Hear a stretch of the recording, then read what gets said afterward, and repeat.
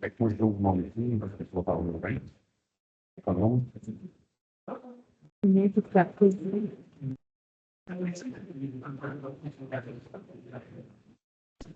On entend.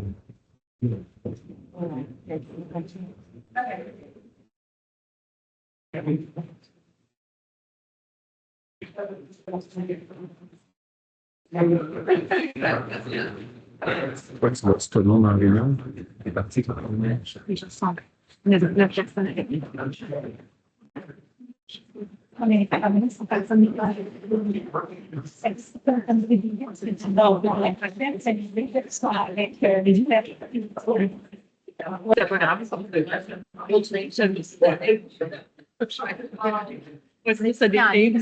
Ça dépend, ça paraît. OK. Attends, dans le- C'est quelqu'un qui m'a dit qu'il m'a fait. Je vais fermer.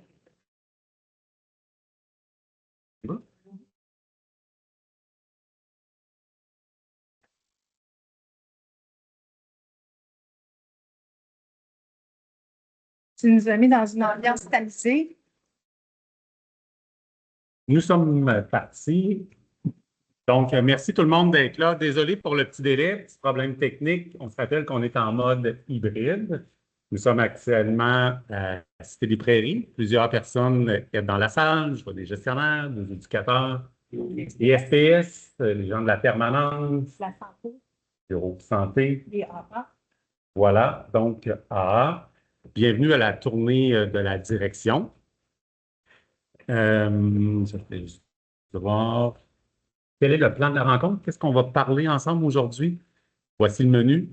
Un mot du conseil multidisciplinaire. On aura un mot du CII. L'IUD, Véronique est avec nous en virtuel. Je reviendrai rapidement avec vous avec le mot du directeur. Notre planification stratégique 25-26. Évidemment, on se reparle de l'agrément, nos dossiers transversaux, puis ensuite, on va avoir une période d'échange tous ensemble. Donc, voilà. Comme ça.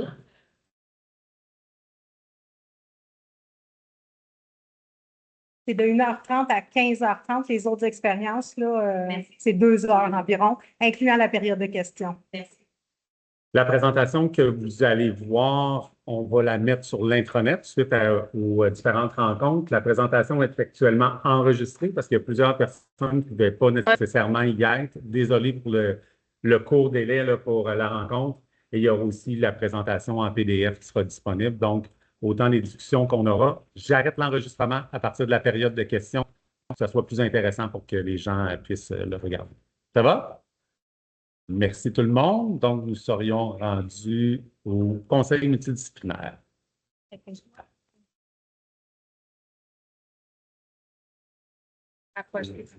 Ouais, OK. Les gens vont te voir ici, puis ça devrait prendre le nom. Ah, OK. Parfait. Donc, bonjour, merci beaucoup pour l'invitation à cette tournée de direction. Donc, je m'appelle Nathalie Allard, je suis ergothérapeute du Centre-Sud, puis je fais partie du comité exécutif du Conseil multi.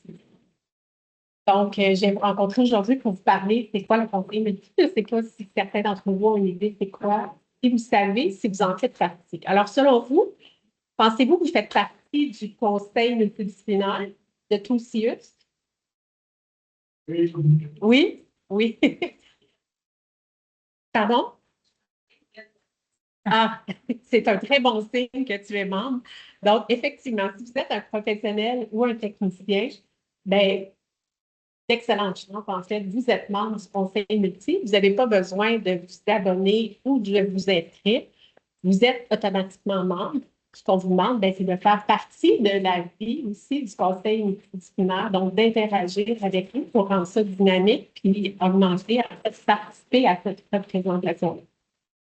Le CN, c'est un conseil, c'est un des 3 conseils consultatifs transversal de tout le CIUS. Donc, vous avez le conseil consultatif des infirmières, multidisciplinaire, puis aussi médecins, dentistes, pharmaciens et sages-femmes maintenant. La prochaine diapo. Donc, c'est quoi le rôle d'un CN? Je suis sur le titre parce que le mien ne suit pas, je sais pas. C'est quoi le rôle du CM? En fait, c'est de donner son avis ou des recommandations en lien avec la qualité des services. Tout ce qui est appréciation des services, amélioration aussi des pratiques, accès aussi à nos services, leur distribution, les compétences aussi des membres, des pratiques de qualité, des pratiques innovantes aussi. Ça fait partie des missions du CM de valoriser ça et de le favoriser aussi dans l'installation. C'est quoi les deux principaux moyens du conseil multi pour le faire? Bien, un des premiers moyens, c'est de donner des avis ou des recommandations. Donc, les avis ou recommandations sont donnés au directeur sur comment que, en fait, soit que le CM donne son avis parce qu'il constate une situation ou qu'il répond aussi aux directions en lien avec une situation. Puis le deuxième moyen, c'est les comités de pairs. C'est qu'à chaque fois que c'est nécessaire, en fait, vous pouvez faire des demandes de comités de pairs. D'ailleurs, on va aller prochainement en appel.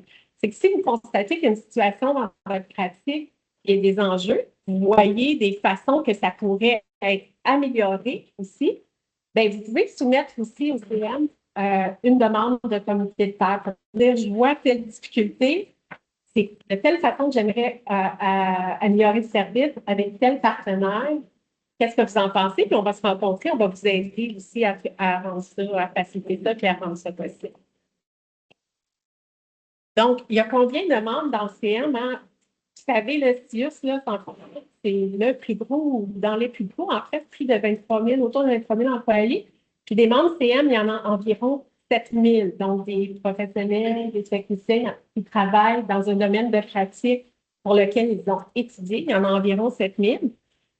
On les contacte, puis on essaie d'être en lien aussi par l'entremise des agents de liaison. Donc, si vous recevez des courriels tout à l'heure, ben, c'est par l'entremise de l'agent de liaison, c'est-à-dire qu'il y a quelqu'un dans votre équipe qui a levé la main, dit, je vais faire la courroie entre le CM et les membres de mon équipe. Ils sont environ 300, dont 80 à la direction du programme jeunesse. Et vous, vous êtes environ 2000 dans la direction de la programme jeunesse. Fait que c'est vraiment un nombre important de nos membres CM qui se trouvent dans votre direction. L'exécutif est formé de 13 membres qui représentent les directions.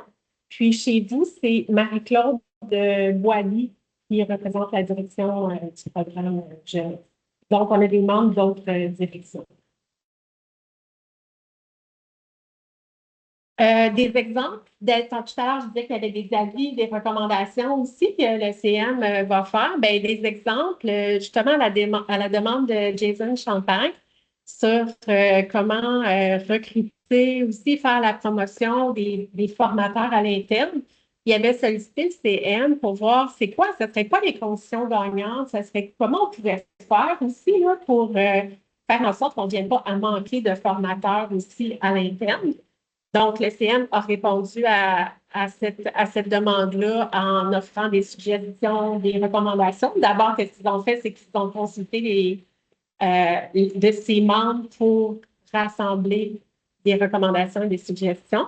On a fait le même processus aussi pour l'encadrement, l'appartenance à un ordre professionnel pour les gestionnaires. Donc, on s'est fait consulter. Qu'est-ce que ça aurait comme impact que le gestionnaire soit membre ou non d'un ordre professionnel? Donc, on a répondu à ça. Puis dernièrement, il y a aussi, on s'est fait demander par rapport à est-ce qu'il y a des enjeux ou est-ce qu'il y aurait des conditions gagnantes dans la transformation de l'offre de service à l'application des mesures. Donc, c'est des travaux qui vont commencer prochainement. Peut-être que vous avez déjà assisté à la journée annuelle du Conseil multidisciplinaire et du Conseil des infirmiers et des infirmières. Est-ce qu'il y en a parmi vous qui sont venus? Oui, super. Donc, les 2 dernières années, c'était à l'Université de Montréal. Puis, avant la pandémie et tout ça, on a été en virtuel. C'est une occasion où est-ce qu'on présente des conférences, vraiment toujours une vision transversale, puis on s'assure que ça rejoint le plus grand nombre de personnes possible. Bon, vous avez vu, il y a eu quelques changements. au Québec, puis entre autres avec la loi de la gouvernance sur la santé et les services sociaux. Puis qu'est-ce que ça vient changer pour les conseils multi? C'est que ça nous demande de maintenant se diviser en conseils multidisciplinaires pour la santé, puis un autre pour les services sociaux. Tout en gardant bien sûr notre interdisciplinarité qui est vraiment importante pour nous. Puis ça, on doit faire ce changement-là avant le 1er décembre. Donc, actuellement, là, qu'est-ce qui se passe? C'est qu'on est on est en transition. On a 2 vice-présidentes. On avait déjà prévu le coup. Ça fait quelque temps que c'est annoncé et sorti, tout ça. Donc, on a 2 vice-présidentes. Caroline Larocque qui va être du côté des services sociaux, puis Geneviève Michaud qui va être du côté de la santé. Le projet, c'est d'adopter au printemps, c'est marqué 2025, mais c'est 2026, les nouveaux règlements de régie interne. Hein, les CN, c'est vraiment des créatures de loi, c'est des instances légales. Et après, on va faire des élections pour des nouveaux exécutifs pour ces 2 conseils-là. Donc, pour l'instant, nous, ceux qui sont là présentement, c'est ceux qui étaient là. On essaye, on est allé chercher des nouveaux joueurs, mais on travaille à la transition. Puis après, je vous en parle, peut-être que ça pourrait vous intéresser. Vous êtes vraiment les bienvenus. On va participer aussi à la création du CIETA qui est en cours. Ça va être un conseil interdisciplinaire. Tout à l'heure, je parlais, il y a 3 conseils consultatifs. Ça va les regrouper aussi avec des instances de direction. Puis le mandat, c'est vraiment de regarder 4 conseils professionnels. Je disais, le mandat, c'est d'évaluer les trajectoires puis d'émettre des recommandations à la direction pour encore là améliorer la qualité des services. Donc, oui, pour nous rejoindre, bien, premièrement, vous pouvez venir à la journée annuelle du Conseil multi. Tout à l'heure, j'ai passé un petit peu, bien, c'est toujours le dernier mercredi du mois de mai, sachez-le, si jamais vous devez réserver la date dans votre trajectoire à l'avance. Il y a avec les changements qu'il y a eu récemment, habituellement, c'est toute une journée en présentiel. Cette année, on va faire une demi-journée en virtuel. La bonne nouvelle, c'est qu'on n'a pas de nombre limite d'inscriptions, mais je pense en fait c'est la limite électronique, c'est 2000 personnes. Là. Donc, vous pouvez vous joindre à nous. Puis aussi, comment nous rejoindre? Bien, vous pouvez nous rejoindre par la page extranet. Vous allez dans Mon FIUS, vous allez trouver le conseil multidisciplinaire, vous allez avoir toutes les activités. Je parlais les dernières recommandations, les dernières journées, les présentations qu'on a fait, nos présentateurs ont fait des one-pages ici également. Comment soumettre aussi un comité de pairs. Vous pouvez suivre nos nouvelles aussi par Viva Engage, qui est une application de Outlook. Ou vous pouvez nous écrire un courriel directement au conseil multi pour nous rejoindre. Vous pourriez aussi parler avec votre agent de liaison. Pour nous, on est vraiment très contents de venir vous rencontrer. Vous êtes une grande direction. On espère vous voir et vous impliquer aussi quand il y aura des travaux aussi. Ça peut vouloir dire, quand on nous demande un avis et recommandation que nous, on vient vous consulter, bien, ça serait de participer et donner votre opinion à ce moment-là. Bon, c'est vraiment important pour qu'on puisse pouvoir représenter. Ça serait l'ensemble de notre présentation. Bien, merci Nathalie. Je pense que ça fait le tour d'un survol évidemment du conseil multidisciplinaire. Tantôt dans mon introduction, je vous ai peut-être un petit peu induit en erreur. Normalement, le CI est dans certaines rencontres. Malheureusement, il n'y a pas personne qui peut être avec nous aujourd'hui. Vous allez pouvoir voir dans la présentation PDF. On pourra faire des survols aussi. Isabelle, c'est quelques questions par rapport au CI. On enchaînerait immédiatement avec Véronique de l'Institut universitaire sur les zones en difficulté. Véronique, à toi la parole. Merci beaucoup, Jason. Merci de m'accueillir en virtuel dans cette rencontre cet après-midi. Très heureuse là, de faire partie prenante de la tournée de la direction et d'avoir l'occasion de vous parler de l'IUJD. Probablement que certains d'entre vous nous connaissent, mais on aime toujours leur rappeler tous les beaux projets qu'on fait. Oui, c'est moi. Je me demandais si c'était moi. Merci, parfait. Donc, l'Institut universitaire en difficulté, on est une chose hybride. Hein. On est une équipe d'à peu près 25-26 personnes employées de l'établissement, mais on a aussi là, 64 chercheurs, chercheuses universitaires, quelques centaines d'étudiants qui collaborent avec nous, dans le fond, avec lesquels on développe des pratiques de pointe et des programmes de recherche. Donc, notre mission principale, c'est de produire des connaissances, développer des pratiques de pointe. Pratique de pointe, dans notre jargon, c'est une pratique, dans le fond, qui va être évaluée par le biais d'une recherche qui va démontrer là, sa solidité. Tout ça là, dans le but d'outiller les intervenants et intervenantes. Notre spécificité, ce qui se dit plus facilement notre ADN. Donc, c'est qu'on vise le travail en co-construction avec les équipes cliniques dans le but de bâtir des solutions qui vont être utiles et transférables, applicables au plus grand nombre.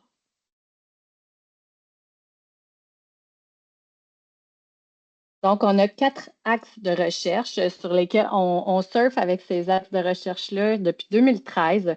Ils ont été écrits il y a un petit peu de temps. Depuis la fusion qui a eu lieu en 2015, on n'a pas renouvelé notre programmation de recherche, mais c'est une démarche qu'on va entreprendre incessamment sous peu. Ces axes-là sont les suivants. On travaille en lien avec la victimisation et la maltraitance. On va, par exemple, faire des profils en lien avec la maltraitance. On va regarder c'est quoi les taux de maltraitance dans la population. On a aussi un axe qui porte sur les troubles de comportement et la délinquance. On va travailler, par exemple, à étudier les trajectoires des jeunes pris en charge par la LSJPA. On a l'axe 3 qui porte sur l'adaptation scolaire et l'insertion sociale, donc tout ce qui concerne notamment la transition à la vie adulte, mais aussi la persévérance scolaire pour des jeunes qui seraient, par exemple, issus là, de familles où ils rencontrent certains défis. Notre dernier axe porte sur les pratiques professionnelles dans le système public. Là, à ce moment-là, on va regarder on va étudier certains angles des pratiques. Dans la dernière année, on a beaucoup travailler sur la participation des jeunes, donc comment intégrer davantage la participation dans les travaux qu'on fait. On a aussi des projets qui concernent, par exemple, les pratiques à rétention, traitement des signalements, qui est une pratique professionnelle très précise. Donc, on a un projet qui a étudié cet aspect-là plus précisément. On a un nouveau directeur scientifique qui s'est joint à l'UJD, qui est arrivé officiellement au mois de mai, qui s'appelle Tonino Esposito. Et c'est certain que Tonino va amener sa couleur dans notre nouvelle programmation scientifique là, qu'on devrait déposer à quelque part en 2026 auprès du Fonds de recherche du Québec. Et cette programmation-là risque d'avoir une couleur là, un petit peu plus axée sur la prévention, donc la maltraitance, là, étant donné des expertises sur lesquelles Tonino travaille. Donc, ce qu'on espère que ça change, dans le fond, les travaux qu'on fait pour vous, pour nous tous, c'est de prendre des décisions qui vont être éclairées en lien avec les données qu'on produit. C'est des outils aussi qui sont validés. Je pense, par exemple, à nos trousses. Peut-être que certains d'entre vous là, ont vu plus récemment notre trousse « Et toi, que ferais-tu? » Donc, trousse qui a été élaborée là, à partir des travaux de recherche les plus récents. Nos outils sont conçus pour faciliter l'autoportance aussi, c'est-à-dire que malheureusement, là, on n'a pas les capacités d'aller faire de l'implantation dans les milieux. Donc, ce qu'on souhaite, c'est développer des outils là, que les milieux vont être en mesure de se rapproprier le mieux possible. Ce que j'ai identifié certains enjeux, je pense qui sont davantage en mesure de vous intéresser dans votre milieu. On travaille sur beaucoup d'enjeux. La gestion des risques, par exemple, en lien avec des comportements violents. Je vais vous donner des exemples de projets sur lesquels on travaille dans la prochaine diapo. Il y a la sortie de placement aussi, l'intégration sociale, là, tout ce qui concerne la sortie de placement, comment arriver à se réinsérer et avoir un parcours relativement stable. On a beaucoup travaillé aussi sur l'exploitation sexuelle, la prévention de l'exploitation sexuelle, les réseaux délinquants. Et aussi, on a développé là, en lien avec ces projets-là, là, on a développé une certaine expertise en matière de coordination intersectorielle aussi là, dans les cas de problématiques complexes, par exemple sphère. Et là, on va arriver à ces exemples-là.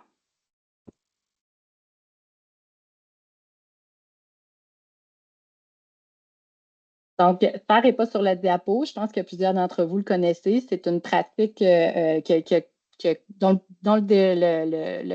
a débuté, je pense, il y a à peu près une dizaine d'années, et qui a été là, pérennisée via, dans le fond, une entente qu'on a eue avec un organisme communautaire. Je vous épargne les détails, mais donc, SPAR qui porte sur la prévention de l'exploitation sexuelle dans une optique de concertation intersectorielle. On a Pivot, qui est une pratique qu'on est en train de développer aussi, dont j'oublie tout le temps le nom de l'acronyme, mais c'est encore une fois là, la concertation avec les parties prenantes, donc avec notamment les corps policiers, les organismes communautaires, pour prévenir là, la violence armée. Donc, ce projet-là est en expérimentation depuis presque 2 ans et on a une recherche là, qui accompagne le développement de cette pratique-là. On a ACT aussi qu'on est en train de développer qui est porté par Mathilde Turcotte, chercheur d'établissement à l'IJD, qui est une intervention qui porte plus spécifiquement sur la prévention du proxénétisme, donc une intervention en 7 actes cliniques. En ce moment, là, ça a été expérimenté et il y a une recherche aussi qui est associée à ça qui va évaluer les effets.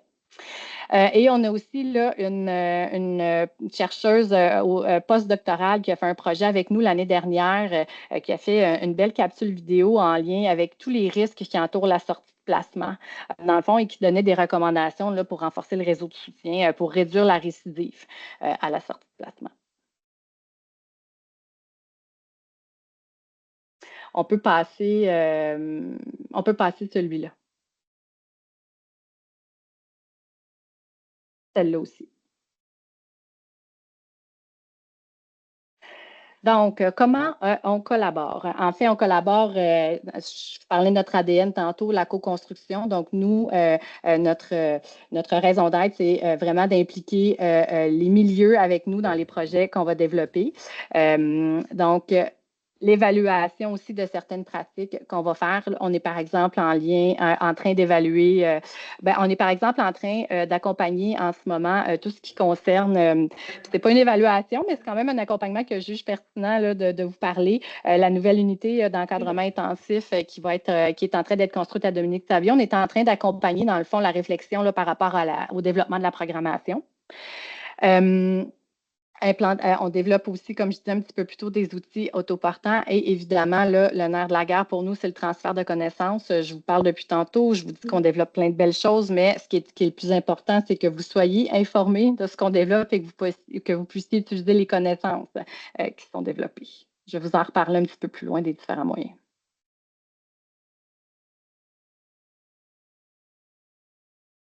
Donc, nous, on est aussi, donc, on a un mandat provincial. Je trouve ça important de le mentionner parce que c'est sûr que ce n'est pas nécessairement là, tout le temps évident là, à saisir. On est déployé dans un établissement, mais ce qu'on développe comme pratique, donc, on souhaite que ça puisse être implanté là, à l'échelle provinciale. Les travaux qu'on a faits ont souvent servi là, aussi à alimenter certains travaux d'envergure. Par exemple, là, la commission Laurent, on a une chercheure, Sonia Elie, qui a passé, je pense, la moitié de l'année avec les commissaires à les alimenter sur toutes les données qu'on avait en lien avec les trajectoires des jeunes en protection de la jeunesse, par exemple. Puis plusieurs des analyses qu'on a faites durant les 25 dernières années ont alimenté les recommandations. Puis actuellement, là, donc, nous, on siège aussi au comité qui est porté par la directrice nationale de la protection de la jeunesse, Leslie Hill, et Santé Québec. Donc, un comité qui porte sur la mobilisation des connaissances en protection de la jeunesse. On est assis autour de la table avec plusieurs acteurs, dont l'INES, l'INSPQ, le CRUGEF, Bosco. Donc, on commence à travailler, dans le fond. Là, on est en train de voir à peu près ce qu'on fait tout le monde. Et là, on va déterminer sur quel projet commun on peut travailler là, au cours des prochains mois. Donc, franchement intéressant là, de pouvoir mettre nos expertises en commun.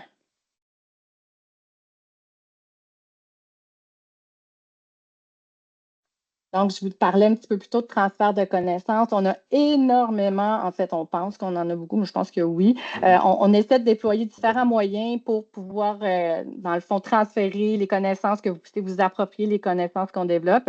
Donc, on organise des conférences midi une fois par mois. On a des colloques aussi aux 2 ans, journée clinico-scientifique également, environ 2 ans. Là, la dernière qu'on a eue l'année dernière portait sur la participation participation des jeunes. On a aussi là, plusieurs outils écrits, par exemple, des infographies, des bulletins qui vont décrire des programmes qu'on a développés, des coups d'œil qui sont des résumés d'articles qu'on juge d'intérêt en lien avec les problématiques là, les problématiques actuelles. On a des capsules vidéo comme par exemple la capsule trauma qui vise à sensibiliser en lien avec les approches sensibles au trauma. Des programmes pour s'approprier des stratégies pour s'approprier certains programmes, plutôt comme par exemple en lien avec Sphère, on a développé une capsule d'apprentissage qui vise à sensibiliser à tout ce qui concerne la réalité de l'exploitation sexuelle, les bons moyens de prévenir et aussi comment implanter le programme Sphère. Cette capsule-là a été lancée là, un petit peu plus tôt cet automne. Et on a des formations issues là, de nos pratiques de pointe. Par exemple, on est en train de faire avec la formation continue partagée, une formation sur le trouble de personnalité limite, donc pour outiller les intervenants là, qui travaillent avec des parents qui ont ces enjeux-là. Donc, ceci, de petits exemples de ce que nous avons fait durant la dernière année, un petit peu plus que la dernière année. Sachez qu'il va y avoir une journée LSJPA. L'année dernière, là, on n'était pas certain s'il y en aurait une ou pas. Donc, je vous confirme qu'on aura une demi-journée LSJPA à l'hiver. Les informations vont être disponibles là, davantage là, au début de l'hiver en lien avec cette demi-journée-là. Donc, vous pouvez vous abonner à notre infolettre. On a aussi un site Internet qu'on essaie de faire bien cute aussi là, pour le rendre bien intéressant.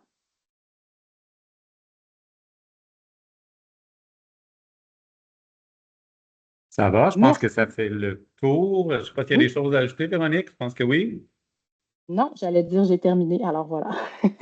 Bien, c'est bon, je reprends peut-être quelques éléments que Véronique a dit, notamment l'arrivée d'un nouveau directeur scientifique. Évidemment, ça nous amène différentes opportunités, hein. On a un comité directeur, la direction du programme jeunesse, avec l'IUJD. Une de nos priorités, c'est s'assurer que, dans le fond, toutes les activités de l'IUJD demeurent vivantes auprès de vous. Vous le voyez, on a tenté de schématiser tout ce qui touche plus au niveau de l'hébergement quand on est dans la tournée avec d'autres secteurs d'activité. On met l'emphase d'autres types de secteurs d'activité. Tu en as parlé, merci Véronique, une journée LSJPA. La dernière fois, on a eu l'information un petit peu tardivement. Là, on va être mieux huilé, dans le fond, pour pouvoir faire en sorte que l'information puisse se traduire. Et je voyais avec des hochements de tête que plusieurs personnes étaient impliquées là, dans différents dossiers en lien avec l'IUJD. Vous allez voir, c'est un chic type. Tonino, on a parlé, Véronique, on va travailler aussi sur des aspects associés au placement, sur la durée des placements, sur l'intervention dans la communauté. Merci Isabelle d'être là avec nous. Donc, comment éviter le placement, comment travailler mieux ou plus avec la communauté pour en réduire les impacts. Donc, à suivre, on sait que c'est engorgé actuellement, je reviens tantôt, mais c'est des aspects fort importants. Donc, je me lance avec le mot du directeur. Vous allez voir, c'est un petit peu plus à haut niveau, moins nécessairement spécifique à l'hébergement, mais des différents éléments que vous devez savoir étant au sein de la direction. Premièrement, optimisation des espaces. L'optimisation des espaces, ça se fait à différents niveaux. Mais au cours des 2 prochaines années, on a un projet majeur qui est piloté évidemment par Jean-Sébastien. La direction du programme jeunesse et la DPJ va quitter définitivement le 1001 de Maisonneuve au plus tard en juin 2027. Je sais que les plus vieux d'entre vous, ça fait 20 ans qu'on parle qu'on va quitter le 1001, mais là, c'est vraiment, vraiment effectif. Il y a une première phase de différentes équipes qui vont être relocalisées d'ici à juin 2026 et quelques équipes qui vont intégrer les nouveaux locaux. Les locaux de destination, 2 adresses, 1595 Ontario, tout près de Papineau, ceux qui sont familiers de lier avec le Pharmaprix, Pignon-sur-Rue, où il y aura l'organisation des services cliniques pour la DPJ et l'application des mesures. J'y reviens un petit peu tantôt.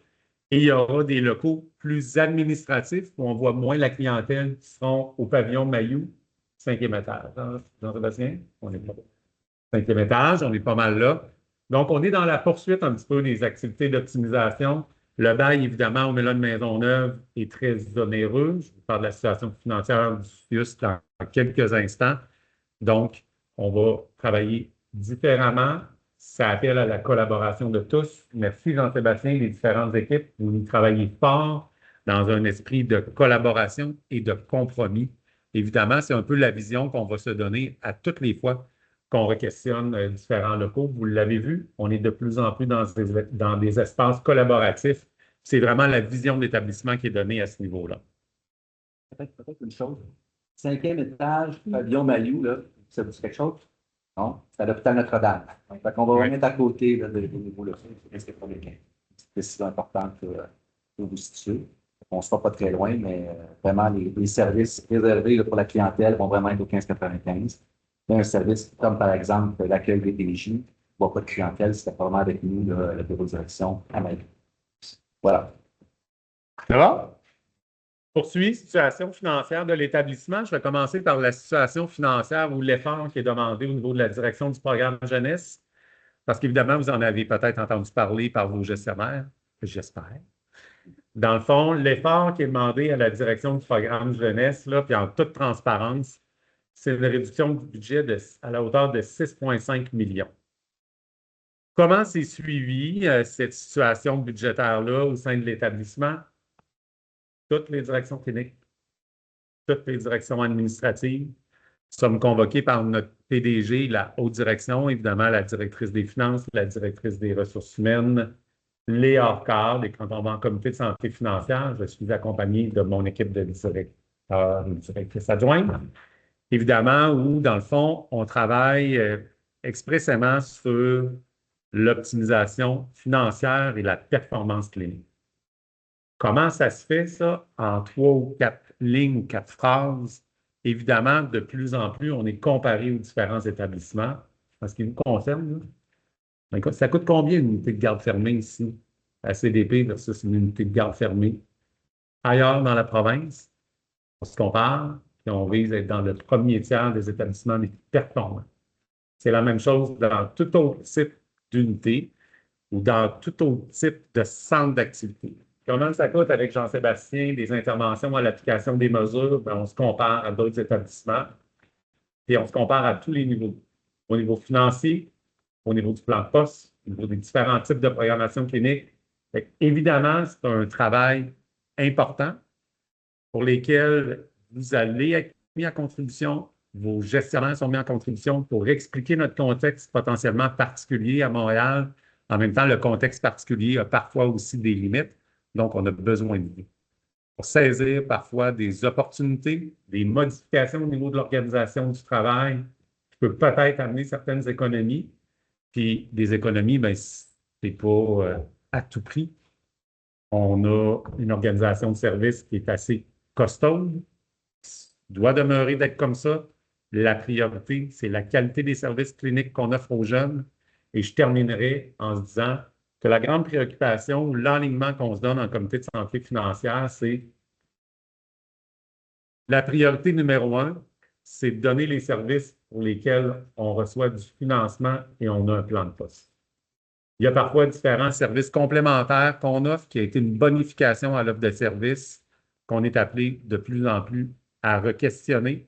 Et c'est vraiment là-dessus, sur les jalons sur lesquels on va jouer et sur nos centres d'activité prioritaires. Ça va pas si mal jusqu'à présent dans les différentes mesures d'économie qu'on a mis sur pied ou sur place. Donc, vous allez continuer d'en entendre parler. C'est une de mes prérogatives comme directeur et des attentes que j'ai à l'égard de vos gestionnaires. Puis avec vous, dans le fond, pour nous donner des leviers si vous en connaissez. Pression très importante sur les milieux d'hébergement. Je n'ai pas besoin de faire de dessin à personne. Je suis actuellement à Cité des Prairies, nos unités de garde fermée. C'est plus que plein et de façon historique. Vous savez, on est allé à 49 sur 48, 50 sur 48, 51 sur 48. Je pense qu'on est monté à 52 sur 48. Je vois des personnes de la source ici, des usagers de Laval, anglophones, qui ne fréquentaient pas les écoles, qui sont venus à la source. Donc, j'ai été en lien avec Catherine Moxness pour qu'on partage un petit peu plus nos places. Laval était plein, à pleine capacité.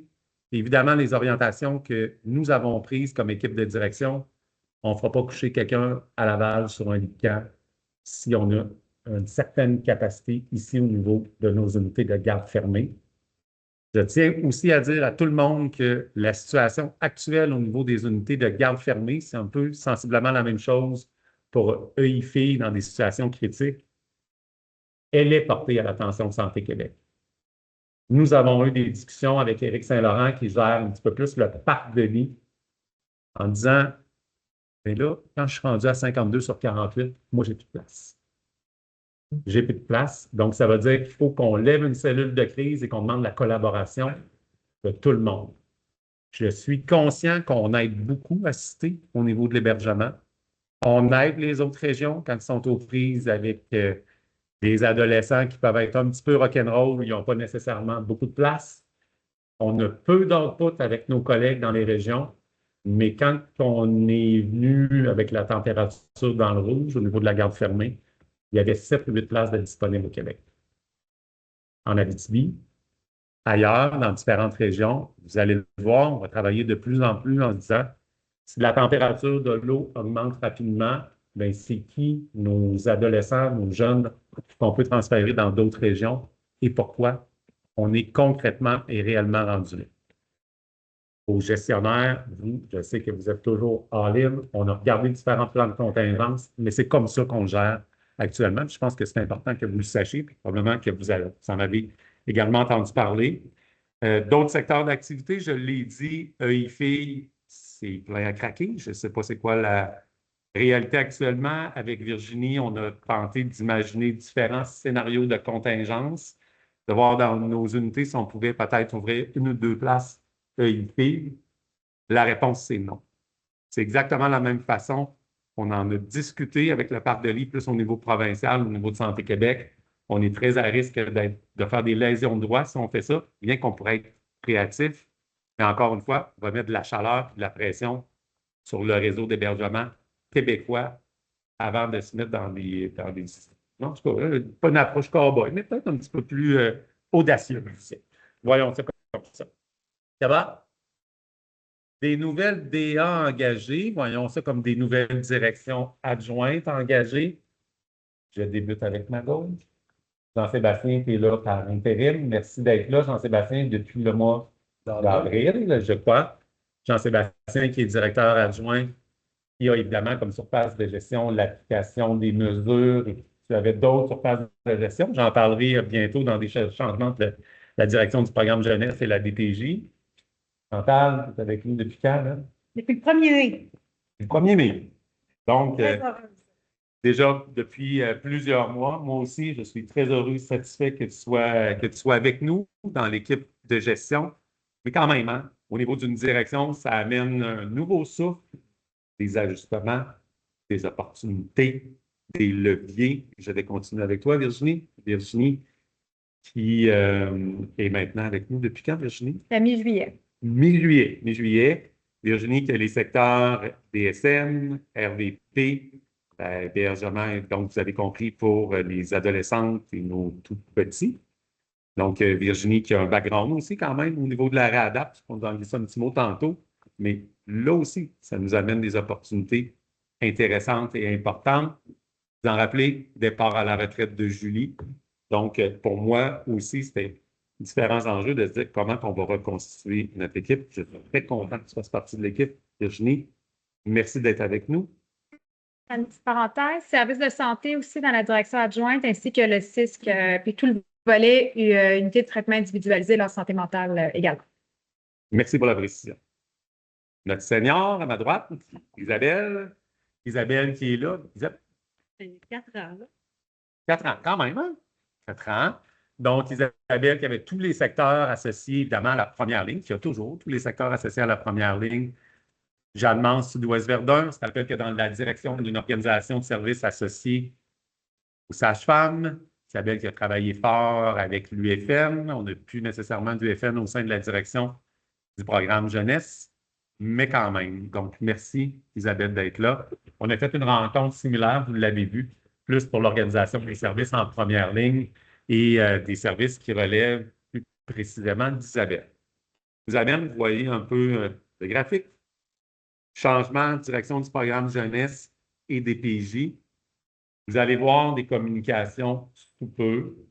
Ça fait environ une dizaine de jours que Nadine, qui est la directrice de la protection de la jeunesse, directrice provinciale, Nadine Tifo et moi avons reçu l'approbation de Santé Québec pour le changement à l'organigramme de la direction du programme jeunesse et de la DPJ. Donc, officiellement, dans quelques semaines, les communications sur des dates plus précises vous seront communiquées. La direction adjointe de Jean-Sébastien, donc Jean-Sébastien et tous les secteurs associés à l'application des mesures. Vous en rappelez, on a deux coordonnatrices, Mélanie Bouchard, avec tous les chefs à l'applique, et Fanny Saint-Martin, qui est en intérim depuis peu, qui détient ton ancien poste, avec toutes les équipes d'application des mesures, relèveront de la DPJ-DP, qui va revoir son organigramme. Par le fait même, on officialise un changement qui a eu cours depuis décembre dernier et maintenant approuvé.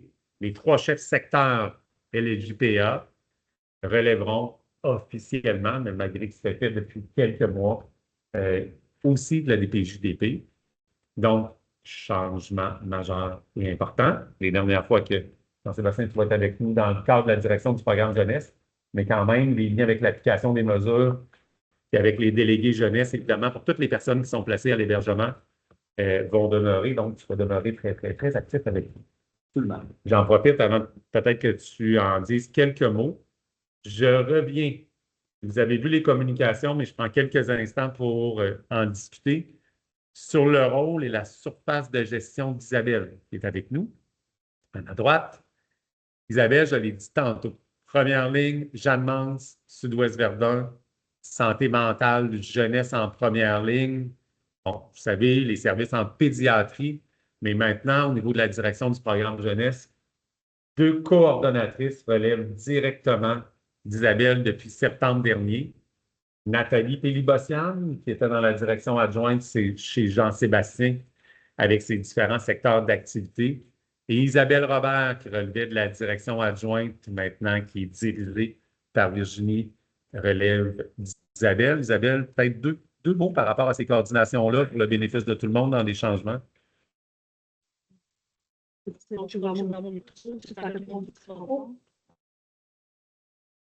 Juste les 2 coordinations. Oui, donc vraiment, j'ai accueilli la coordination de Nathalie Pilbossian, que tout le secteur des ressources RIRTF et le secteur d'Isabelle Robert, qui a toute la réadaptation externe en communauté 0-17 ans et l'accès et l'intégration sociale également. Donc, des beaux services là, que j'ai pu accueillir.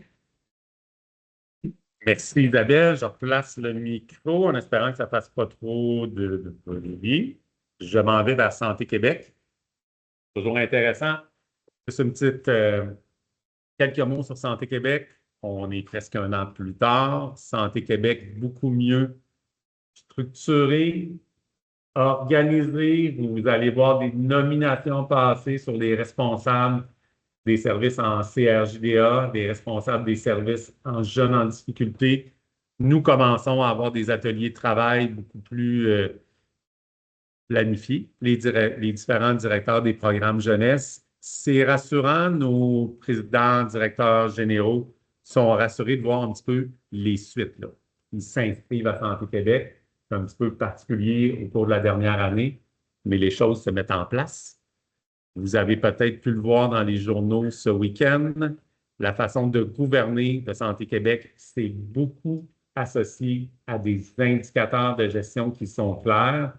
Plus d'une vingtaine d'indicateurs. Si vous êtes curieux, vous pouvez aller les consulter. En ce qui nous concerne, les indicateurs qui sont suivis par Santé Québec, j'y arriverai tantôt par la direction générale, sont associés au secteur en santé mentale jeunesse. Donc, les délais pour accéder aux premiers services en santé mentale adulte et jeunesse. En jeunesse, ça va bien dans notre organisation. Un petit peu plus complexe au niveau de santé mentale adulte. Il s'intéresse beaucoup aux délais d'accès pour les jeunes en difficulté, délais d'accès qui sont évidemment plus les délais d'accès en CLSC ou en première ligne. Donc, Isabelle et ses équipes travaillent très fort. En ce qui concerne les secteurs qui sont plus associés à la mission Centre jeunesse, évidemment, ils suivent de très près les listes d'attente à l'évaluation, orientation, le niveau d'assignation au délai au niveau de l'application des mesures, Donc, évidemment, tous les secteurs associés à la protection de la jeunesse sont suivis de très près, même s'il n'y a pas un indicateur nominatif par rapport à ça, c'est en lien avec les indicateurs de Santé Québec. Ça va? Peut-être pour ça, juste vous dire rapidement, puis Jean-Sébastien, tu me corriges, on est en très bonne posture actuellement au sud du centre-sud. Je crois qu'on est sous la barre des 50 dossiers en attente au niveau de l'évaluation-orientation. Ça a remonté un petit peu au niveau de l'évaluation. On était plus aux alentours de 60-70, mais c'est jamais vu. On était à 400 depuis 2021. Donc, vraiment, les plans d'aménagement qui ont été faits à la direction de la protection de la jeunesse pour justement augmenter la cadence. Bon, je pense que c'est constaté que ça a porté ses fruits. On va espérer que ça demeure. Vous ne serez pas sans savoir qu'au Québec, il y a eu une augmentation de 5 de signalement, mais nous, à Montréal, c'est 10 Donc, évidemment, ça a un impact aussi sur les charges de l'application des mesures, parce qu'on en retient pareil. Donc, évidemment, la pression est quand même assez forte pour des charges de l'application des mesures. Mais on se porte bien à l'application des mesures. Je ne sais pas si vous en avez eu les effets, mais il y a quand même environ une quinzaine de chaises vides. On était à 45 il y a un an. Il y a eu vraiment un coup de barre qui s'est été donné au niveau des RH. Belle communication entre nos services et les RH pour faire des embauches bien ciblées. On a revu aussi les guides d'entrevue. Plusieurs chefs qui participent. Donc, puis en plus, on a augmenté notre taux de rétention chez les nouveaux intervenants de 2024 1er avril 2024 au 1er avril 2025. On a obtenu 80 des nouveaux intervenants après une première année. On était à 60 l'année précédente. Donc, ça, c'est vraiment grâce aux équipes, bien évidemment, à l'accueil, au niveau. Puis, on a révisé également notre programme coaching.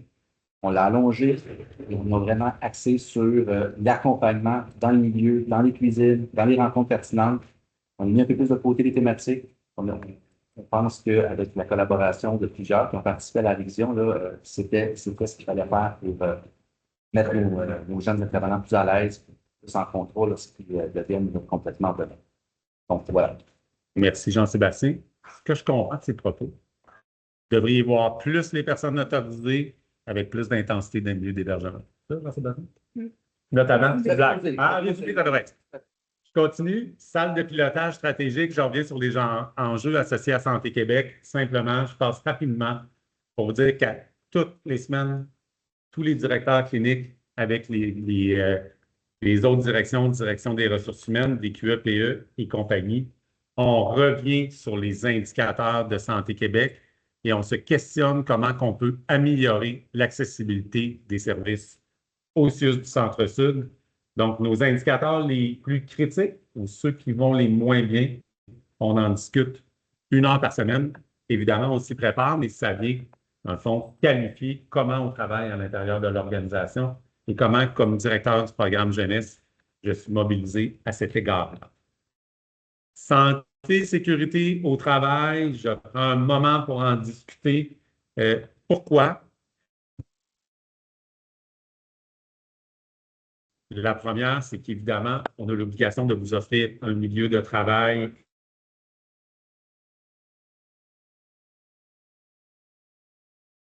en sécurité.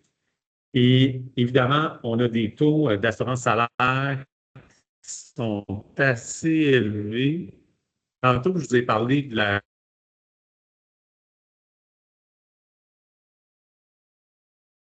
de restriction budgétaire qui est exigée au CIUS. Et le CIUS, les cotisations en santé, ces secteurs d'activité-là. Fait que si on fait une règle de 3, si on était meilleur au niveau de la santé et sécurité au travail, il y aurait beaucoup moins de coupures qui seraient faites dans les différentes directions. Encore une fois, ces différents sujets qui seront animés auprès de vous, la gestion des risques, les AH 223, comment on peut améliorer notre organisation de service, comment on peut potentiellement réduire les risques, avoir un réel impact et réassigner certaines personnes qui sont en absence maladie. Donc, ne vous surprenez pas, ça va être un sujet d'actualité au cours de la prochaine année. L'agrément, bien, tantôt, Jean va nous en glisser un mot. C'est comme un sprint de 2500 mètres qu'on a fait. Je le sais, nous en sommes conscients, vous en êtes conscients. mais j'étais plutôt stressé. Je suis un petit peu d'anxiété par rapport à l'agrément. Vous allez le voir tantôt. Je suis rassuré par rapport à l'agrément. Ça, c'est grâce à vous tous. On a une visite bientôt. Je pense que cette visite-là va très bien aller au niveau de la visite d'agrément, mais vous avez travaillé fort, donc je vous en remercie. Et on s'en glisse un mot dans pas très long. J'aurais pu écrire des plans, des plans, des plans, encore des plans et des directives. C'est un peu une blague, mais quand même, c'est dans l'air du temps. Évidemment, des plans ou des plans d'action ou des plans de suivi, nous en avons beaucoup. Nous en avons eu beaucoup au cours de la dernière année. On se rappelle, on a évidemment un plan d'action associé ici à les Prairies, sous ta gouverne, Chantal, depuis que tu es arrivé. Donc, il est suivi de près. Et je fais juste nous nommer qu'on a encore des rencontres. C'est des rencontres qui sont rendues mensuelles avec Chantal, moi-même, notre PDGA, Nadine, qui est là au niveau de la direction du programme jeunesse et de la DPJ, parfois une directrice des ITSA, qui se greffe à nous. Donc, on suit de façon rapprochée les différentes actions et recommandations qu'on doit mettre en place. On a un autre plan qui est sous la gouverne de Virginie. On se rappelle, l'année passée, presque à pareille date, Catherine Lemay nous visitait. Donc, on a un plan d'action associé au volet CRJDA, mais de façon beaucoup plus large. Nous et tous les autres établissements qui ont une mission CRJDA, ce plan-là, Virginie l'anime de main de maître, elle aussi, avec Santé Québec, avec différentes directions à Santé Québec, et on est accompagné par d'autres établissements dans des zones d'amélioration que nous devons mettre en place. Oui, CRJDA, oui, Centre de réadaptation pour jeunes en difficulté d'adaptation. Dans le fond, c'est des centres d'accueil. CRJDA, c'est nous, mais c'est plus le volet de nos gros centres, là. Ici, Le Mont, RVP, DSM et CRJDA, ça implique également nos ressources institutionnelles, nos RI qui sont là. Merci Véronique. Ici, les foyers. Si je suis trop dans des acronymes, arrêtez-moi bien sûr, dans mes abréviations. L'agrément, c'est un master plan, évidemment. Et les directives, vous en avez entendu parler, je n'en parle pas trop ici maintenant, mais pour moi, c'est très positif que nous ayons des directives qui soient atterries, des directives qui sont entérinées et pilotées par Lionel Carman, notre ministre, mais qui sont suivies de très près par Santé Québec et la conformité par notre direction générale. Il y a des directives par rapport aux ressources humaines, pour lesquelles on est parfois un petit peu plus en écart, mais qui est important, je pense qu'il faut qu'on remette au centre de nos préoccupations. On a une autre directive qui concerne nos jeunes DI, TSA. Vous le savez, hein? On a une organisation de services qui peut être un peu déficiente. Ce n'est pas un jeu de mots, mais on travaille très, très fort avec DI, TSA actuellement, avec Virginie aussi, où il y a une équipe de soutien qui sera mise en place. On ouvre les postes sous peu. Et on a fait des pas de géant. Il y a une nouvelle direction au niveau des TSA, DP. On est en conversation ouverte et transparente, moi et Nadine et vos directrices adjointes. Par rapport à ça, la directive dit notamment qu'on devrait faire un PDC, je ne me rappelle jamais, c'est en 15 jours, qui est quand même notable. Et dans l'esprit de la directive, des jeunes qui ont une lourde problématique en DI, TSA ne devraient pas être dans des milieux d'hébergement CRJDA. Donc, on va y tendre, mais ça demande une priorité importante. Les autres directives, ben, c'est les mesures disciplinaires, c'est fouilles, il y a des éléments de fouilles, mesures disciplinaires.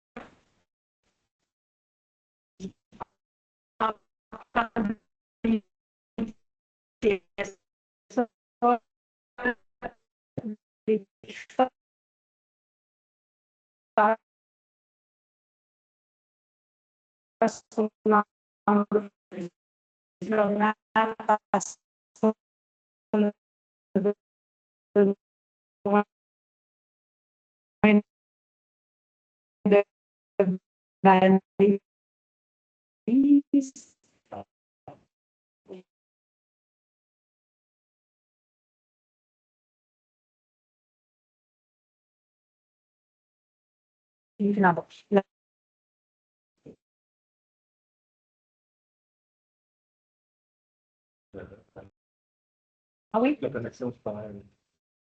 Mais je vais quand même poursuivre. Donc, je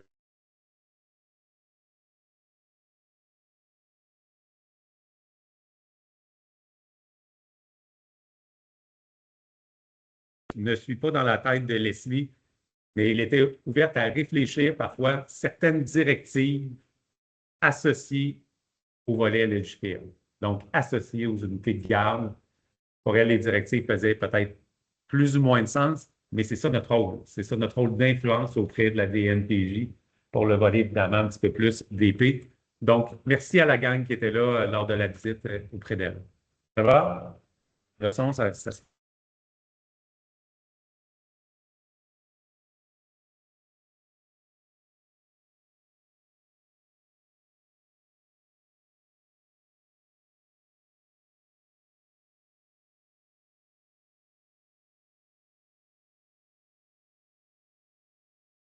qui sont à nommer, ben, le premier bon coup, c'est que vous soyez là. Je reconnais beaucoup de visages. On est 1 an plus tard. Vous avez travaillé super fort à citer. On a un plan d'action qui est costaud. Il n'y a rien de parfait. On est en train de consolider actuellement les différentes actions. Mais pour moi, évidemment, c'est le meilleur des bons coups. Merci d'être là. Merci d'être encore engagé. Et sachez que mon bureau est peut-être plus ici, mais je suis en contact direct avec Chantal. Je demeure hyper engagé. Je suis conscient et je connais les zones de difficulté que vous pouvez vivre. Et on a encore les 2 mains dedans, comme je le dis à Chantal, je pense qu'on a pour plusieurs années à s'en remettre, à améliorer notre qualité des services.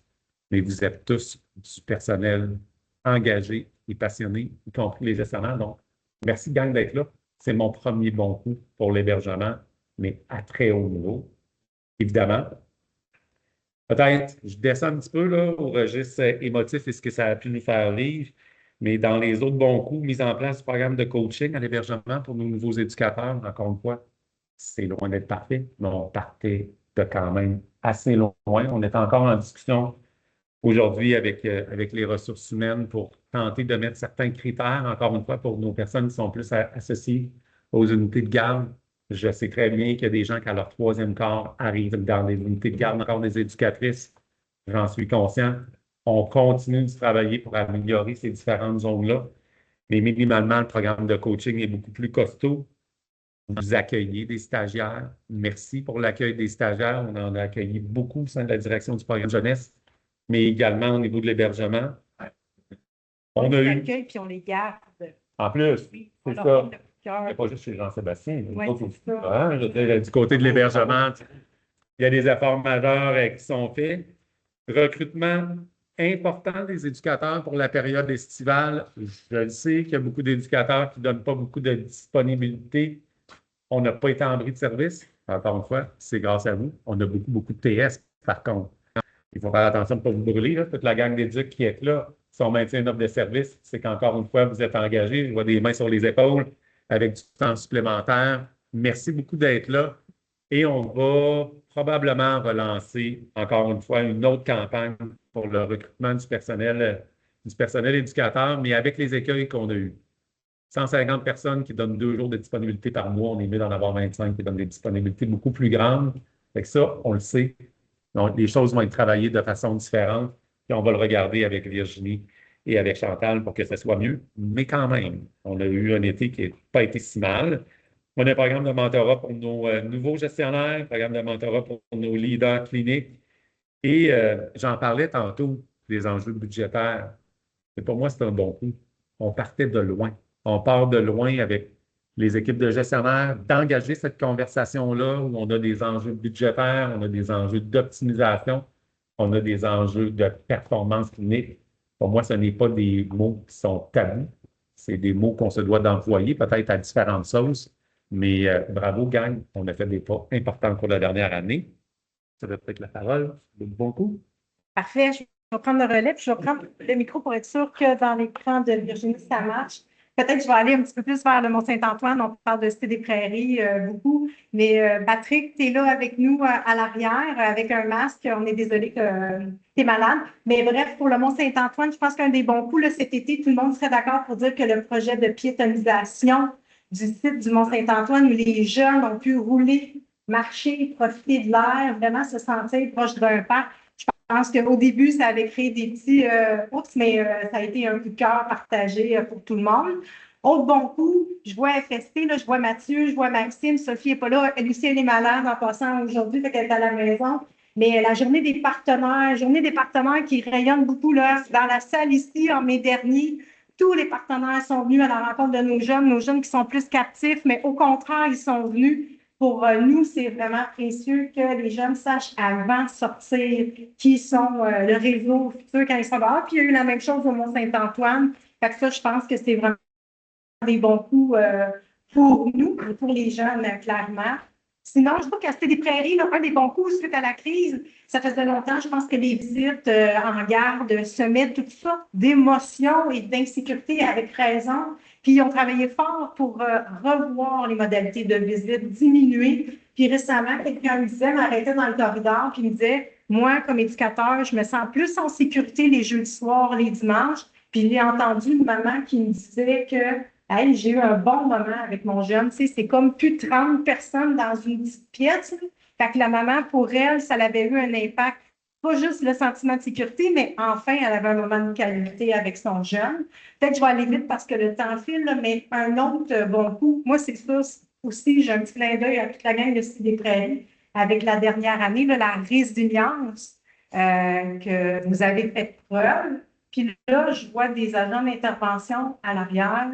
Tu peux regarder les ISPS, peut-être que c'est l'acronyme qui n'était pas bon, mais un coup de cœur aussi aux ISPS. J'ai été témoin il n'y a pas longtemps, là, il y a peut-être 6 semaines d'une intervention avec un jeune de l'arrimage, puis il était 6 sur le jeune saignait, mais c'était plein, je m'excuse, c'était plein d'amour. Dans le sens où tout le monde était à terre, c'était la crise, c'était le chaos. Mais moi, ce que je voyais, ce que j'étais témoin, c'est beaucoup d'humanité à l'égard de ce jeune-là qui, peut-être dans d'autres circonstances, aurait eu autre chose. Puis je sais qu'hier, il y a eu une autre intervention super corsée ici, là, dans le même sens. Fait que merci 1000 fois. Merci aux agents administratifs aussi. Là, vous êtes parfois dans des travails invisibles, mais c'est vraiment important pour nous. Fait que là, je vois François Xavier, coordonnateur, je vois Hugo qui est là, je vois Marilyn qui est là, je vois Sophie Gagné, j'ai vu Véronique, je vois Hugo. Je vois Jennifer en arrière, puis je vois Émilie. Puis Anne-Marie qui est juste calme.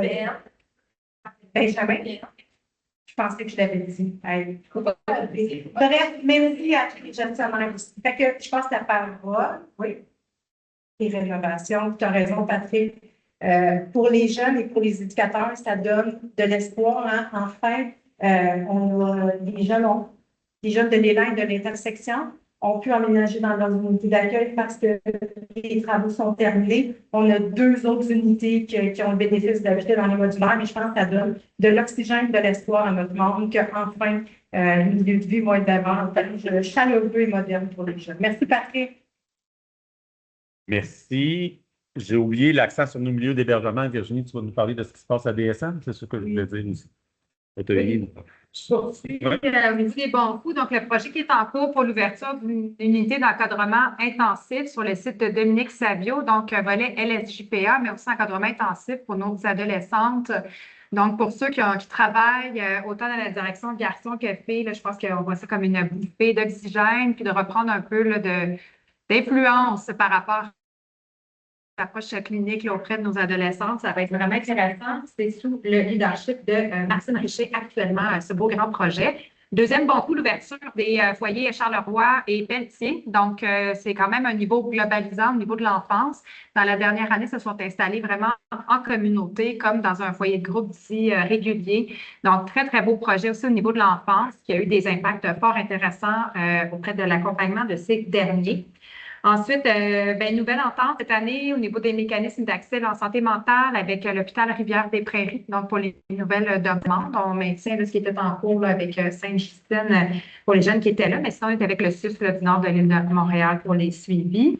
Aussi, l'ouverture de l'unité Soleil, donc c'est une unité également à l'enfance sur le site Dominique Savio-Mainbourg qui accueille des enfants qui vivent avec une déficience intellectuelle ou un trouble du spectre de l'autisme. Donc, c'est jamais évident de démarrer des nouveaux projets comme ceux-ci. Les équipes travaillent très fort. Puis, on est en ajustement et en amélioration continue. Ensuite, dans l'opération feedback, c'était des bons coups qui sont ressortis à plusieurs endroits pour l'accompagnement du service de santé, qui est extrêmement présent, qui accompagne très, très bien. Je vois des gens qui font oui de la tête dans la salle pour ceux qui ne voient pas. Là. Donc, en virtuel, donc le service de santé qui est là, qui est présent, et c'est particulièrement là, dans les unités de traitement individualisé. Donc, un grand merci à des équipes du service de santé. Et enfin, dernier bon coup, on a des ISPS qui, notamment sur le site de Dominique Savio-Mainbourg, sont maintenant présents de manière systématisée dans les comités d'équipe. Donc, tout ce qui est discussion clinique pour les jeunes, l'accompagnement de manière multi, c'est une valeur ajoutée qui est vraiment fort intéressante, qui est actuellement en amélioration continue. Donc, ça fait partie des bons coups. Là. Il y en a plein d'autres, mais c'était les premiers qu'on voulait vous nommer aujourd'hui. Si, donc on poursuit. Est-ce que vous m'entendez bien? Oui, ça va. J'espère que ça va aussi pour les gens qui sont en virtuel. Donc, on poursuit. Je vais accélérer un petit peu pas. Planification stratégique 2025-2026. Vous vous en rappelez, ce n'est pas des grandes nouveautés, mais il y a 4 priorités pour l'établissement: attraction, fidélisation de la main-d'œuvre, accessibilité, soins et services, transformation numérique et innovation. Souvent, la 4e des priorités dans vos exercices feedback que vous avez faits dans les dernières années, c'était associé à la commission Laurent, mais c'est maintenant expérience usagée et leurs proches, et on va reprendre des éléments qui sont associés à la commission Laurent. C'est un exercice pour ceux qui ont des bons yeux. La prochaine slide, vous allez voir, on reste longtemps déçus. Dans le fond, c'est la planification plus stratégique, la direction du programme jeunesse pour chacune des priorités que nous avons éclatées. Donc, j'y vais rapidement et Virginie et Chantal pourront bonifier pour le volet hébergement. Donc, à haut niveau, tu en as parlé tantôt, programme de coaching à l'application des mesures. Jean-Sébastien en a glissé un mot. On poursuit dans le déploiement de façon beaucoup plus large. C'est un projet pilote. On a marqué des points. Les personnes sont satisfaites du programme de coaching. Donc, on va le déployer. Je regarde des points des IPSA, vous en avez parlé. Le recrutement des types d'emplois critiques, je l'ai nommé tantôt pour éducateurs, mais on va le faire de façon beaucoup plus large au sein de la direction. Je vous ai parlé du mentorat destiné aux nouveaux gestionnaires. Donc, Virginie, Chantal, DI-TSA, trajectoire d'accompagnement.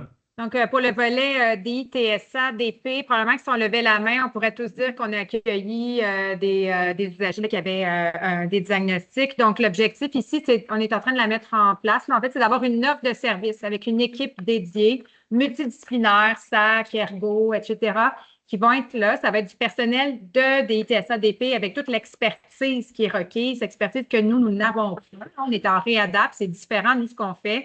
Donc, c'est une équipe qui est dédiée pour venir accompagner nos équipes de travail et ou les usagers qui ont un diagnostic des TSA, DP. Donc, il faut d'abord co-construire l'offre de service. Donc, c'est un projet qui est fait vraiment en partenariat avec nos collaborateurs. Donc, on a ce leadership-là avec une coordonnatrice du côté de DITSA, mais aussi avec Geneviève Lemelin dans notre direction adjointe. Donc, pour tout le volet transversal hébergement, où on veut pouvoir avoir une équipe qui vient répondre aux besoins réels de nos équipes de travail. Ça pourrait être de l'accompagnement auprès de nos équipes quand on en a besoin. Ça pourrait aussi être de l'accompagnement auprès des usagers. Ça peut être donc par plusieurs modalités. Donc, on s'assure de bien d'entendre vos besoins, comme vous l'aviez communiqué, notamment l'opération feedback de la dernière année, pour qu'on puisse avoir une proposition qui fonctionne vraiment avec nos besoins. Ça, c'est le premier volet. Puis le second, c'est avec le volet de la trajectoire pour les usagers qui arrivent ici. Qui fait quoi? Comment on accompagne les enfants dans la mesure où ils sont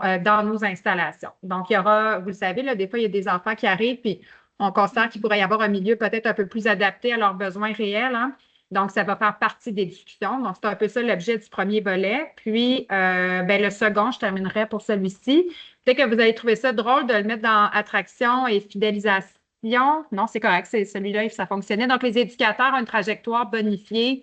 Donc, c'est RJDA. Donc, c'est de dire, ben, dans le 0, une semaine, qu'est-ce que les éducateurs doivent connaître? Un 0, 1 mois, 0, 3 mois. Puis, qui fait quoi pour les accompagner? On a besoin, je pense, de clarté. C'est ce que vous nous avez dit encore une fois, l'opération feedback.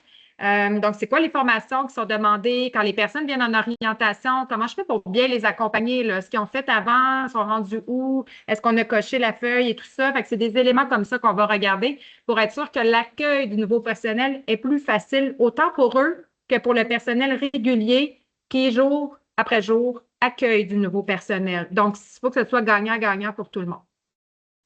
Et je vais aller rondement pour le mentorat des chefs. Là, dans les exercices feedback, tout le monde a dit que vous appréciez vos chefs, que vous trouviez qu'ils étaient engagés, mais vous nous avez demandé de prendre soin d'eux. C'est pour ça que pour les jeunes gestionnaires, il y a des groupes de mentorat maintenant. Puis on fait aussi un groupe de relève de cadre. Fait qu'on fait des ateliers de sensibilisation à la gestion. Fait qu'on a bien entendu qu'on veut les investir puis on veut prendre soin d'eux. Pour le deuxième élément, la mise en place des actions pour la rétention puis l'attraction, juste vous dire que depuis le 1er avril, on a engagé 146 éducateurs, on a engagé 9 ISPS et 3 surveillants de nuit. Le taux de rétention, parce que c'est le fun d'en engager, mais c'est surtout le fun de les garder quand ils sont bons, bien entendu. Notre taux est de 85 %. Fait ici, la table, là, on n'a rien à voir là-dedans. C'est tout le monde dans la salle qui fait la différence pour la rétention. C'est comment on les accueille, comment on les supporte, comment les coachs contribuent à tout. Fait que, bref, ça vous revient, mais sachez que ça fait quelques années que c'est notre priorité, bien, ça va continuer d'être notre priorité, le recrutement du personnel. J'irai à l'autre slide, moi. Merci. Je vais y aller à l'autre slide. On arrive. Parce que là, ils ont besoin d'un squat bientôt ou de faire de l'exercice bientôt, là. On poursuit. Rapidement, je prends certains éléments plus haut niveau. Ensuite, je vais lancer le micro à Isabelle et à vos deux DA, mais vite, parce que c'est un plan de direction. On revoit les modalités entourant le recrutement des familles d'accueil. On en a peu parlé, mais là aussi, ça chauffe. On manque de familles d'accueil, on met plus de jeunes dans certaines familles d'accueil.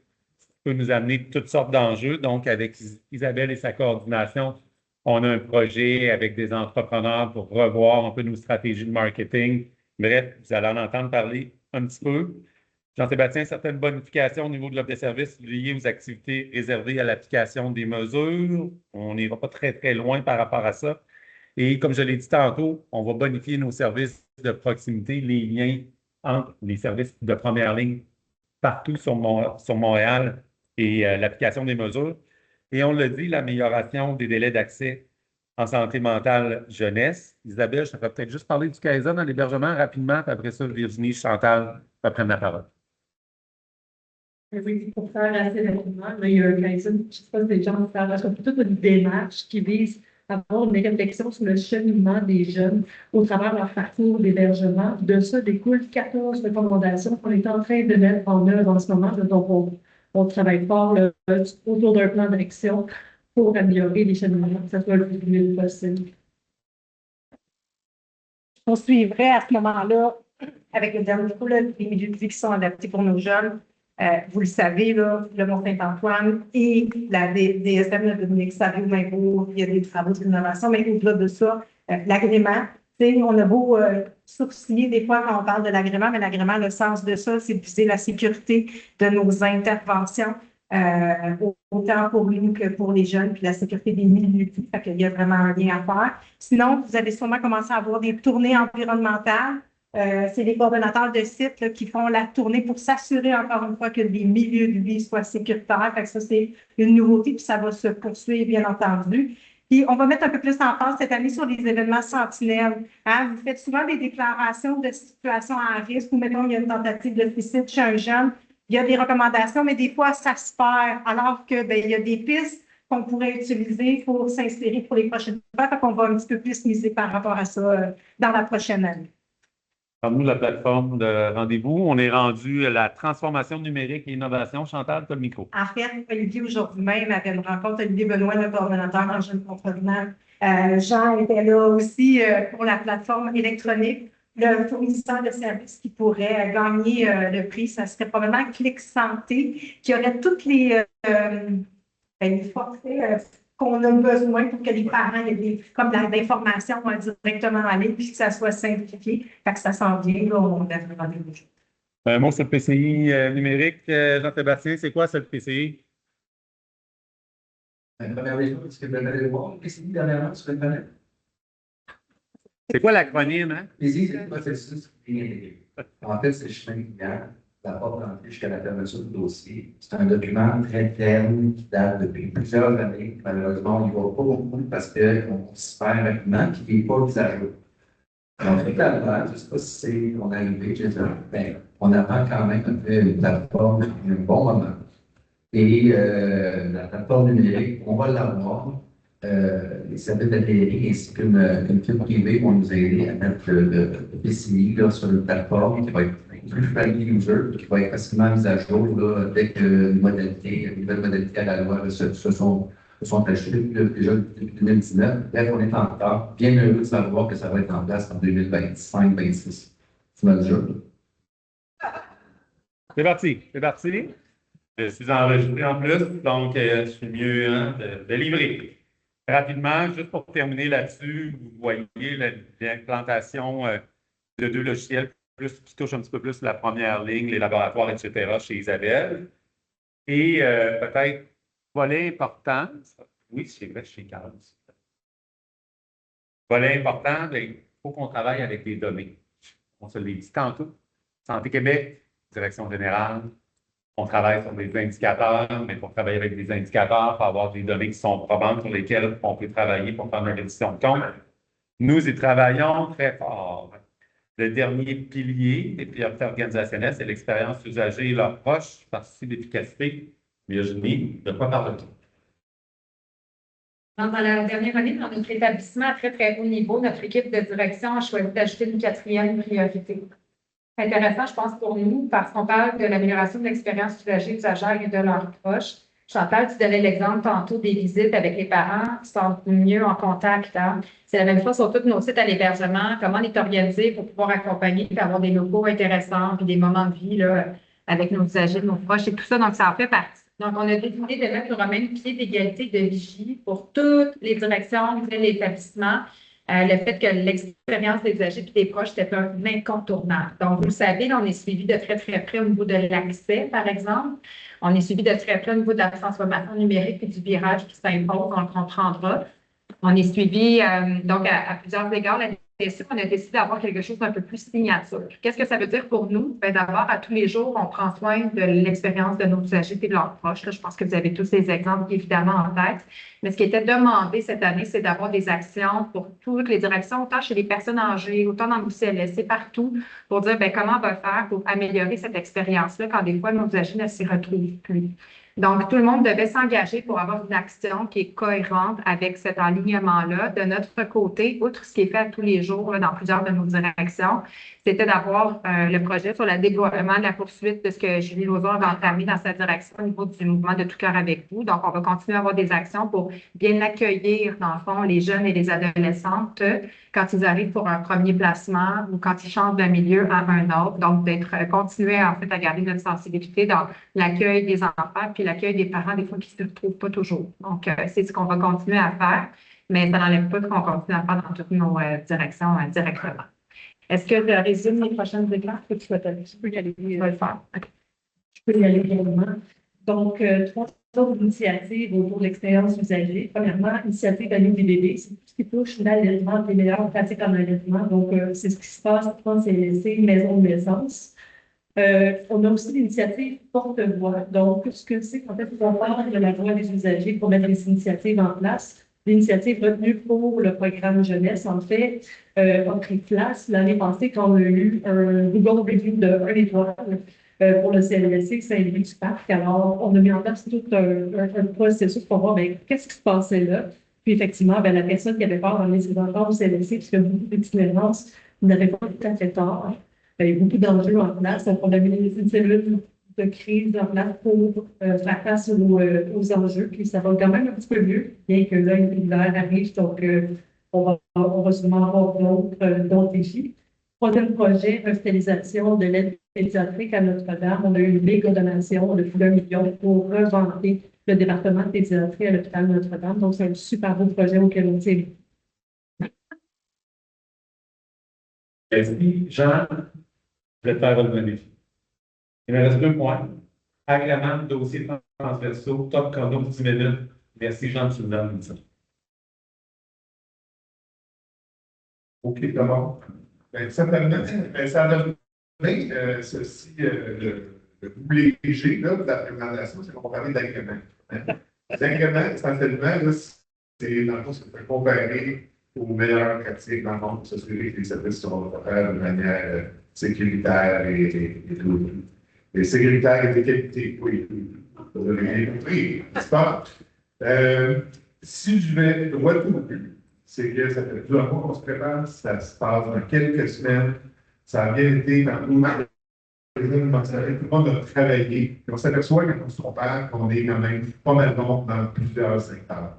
Je vais juste penser à tous les bulletins qui ont été diffusés, qui ont été animés dans les équipes. C'est vraiment rattaché à la pratique des équipes. Puis ça structure un peu ce qu'on fait. Ça nous identifie des pistes d'amélioration. Puis je pense que c'est parlant de ce qu'on voit là.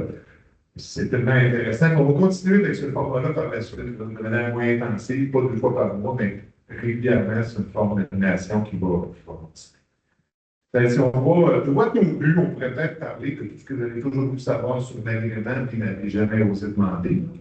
Ça commence, ça va être la semaine du 24 novembre prochain. On fera des présentations tôt en matinée sur l'ensemble de l'établissement, notre programme, la DPJ aussi, les collaborations qu'on a entre tout ça. On va briefer comme il faut les visiteurs sur ce qui se passe. Puis ensuite, les visiteurs, et ça, ils vont tout ça en même temps, vont se promener dans nos équipes, dans nos installations, sans long préavis. En 2019, on avait 3 mois d'avis au niveau de l'horaire. Ça permettait de ramasser les papiers qui traînaient. Là, la vie sera énorme. Ramasser tout de suite ce qui traîne dans vos bureaux, je vous dis, c'est bien important. L'avez-vous les mains aussi, c'est important. Vous prenez ces bonnes habitudes. Fait que ça s'en vient bientôt. Ça va être ça va être nouveau. Les chefs de service ou les responsables de site vont être établis environ 1 heure d'avance. Puis ils vont accueillir les visiteurs.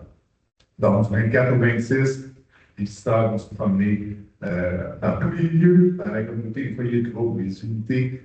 Un élément qui est important, c'est qu'on est assujetti aux mêmes exigences que nous, au niveau de la confidentialité des dossiers. Ils pourraient consulter les dossiers, ils veulent surtout avoir des échanges avec vous sur vos pratiques, sur la manière de bien soutenir les jeunes et les familles.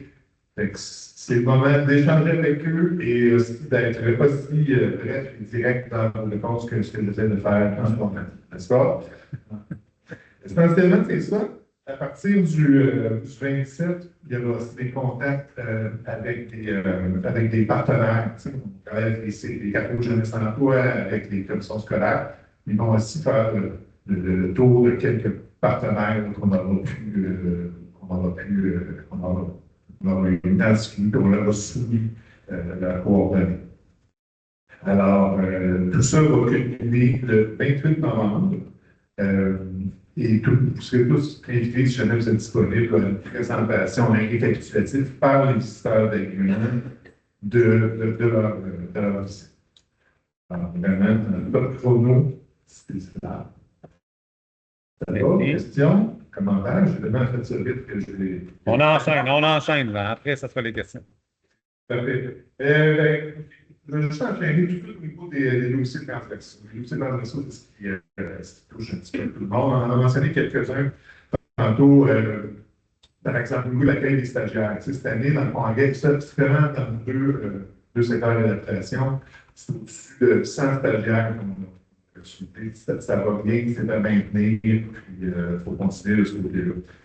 On a d'autres améliorations qu'on a apportées dans l'année. On a, avec M. Antonin de Travail, constitué un comité aviseur de jeunes, des jeunes qui anciennement ont reçu les services de chez nous, puis qui viennent, dans le fond, de manière bénévole, nous donner des conseils, nous aider à peaufiner des projets.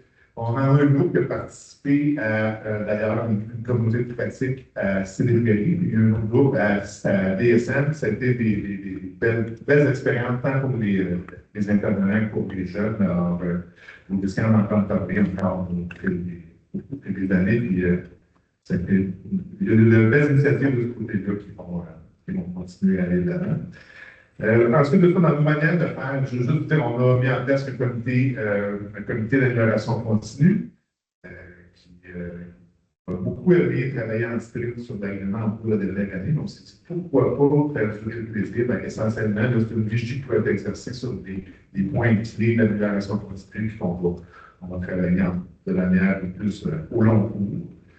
Et puis, peut-être un dernier point, on a fait au printemps un plan de développement des ressources humaines en mettant en contribution chacune des coordinations dans tous les secteurs. C'est en œuvre, ça a vraiment aidé à animer, à centrer notre fil de formation. Voilà, c'était en 10 minutes. Beaucoup de choses. Bien, merci. Merci, Jean. Ça mettrait fin à la présentation qu'on fait peut-être plus à haut niveau. Comme je le disais, je vais arrêter l'enregistrement. Et la parole est à vous. Questions, commentaires. Si vous avez des suggestions aussi, on fait la tournée différemment. Donc, évidemment, on veut être plus